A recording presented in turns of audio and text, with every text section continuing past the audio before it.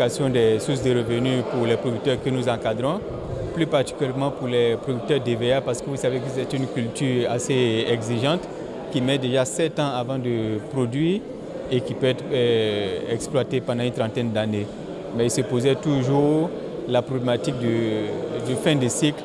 Qu'est-ce que nous faisons? Il faut abattre les plantations pour pouvoir les reconstruire et les replanter. Et nous avons eu l'occasion aujourd'hui de démontrer que c'était possible. Et notre plus grande satisfaction vient du fait que ce sont des experts nationaux qui ont pu conduire cette étude à bon escient, des experts, des chercheurs, des économistes, mais des spécialistes aussi du bois.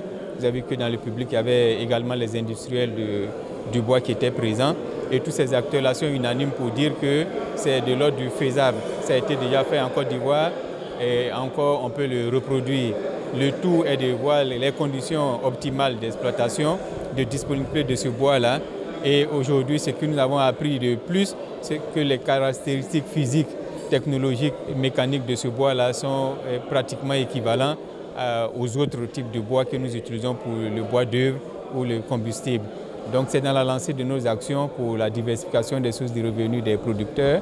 On a déjà fait ici une restitution sur les graines d'EVA dont le président de la filière EVA vous a parlé, mais on a aussi introduit des actions pour l'association de l'élevage dans les plantations d'EVA. Donc c'est autant d'actions que nous mettons en œuvre pour pouvoir permettre à nos producteurs de tirer le meilleur profit de leur exploitation. Aujourd'hui c'est avec l'EVA, mais ça a été fait pour d'autres cultures par le passé.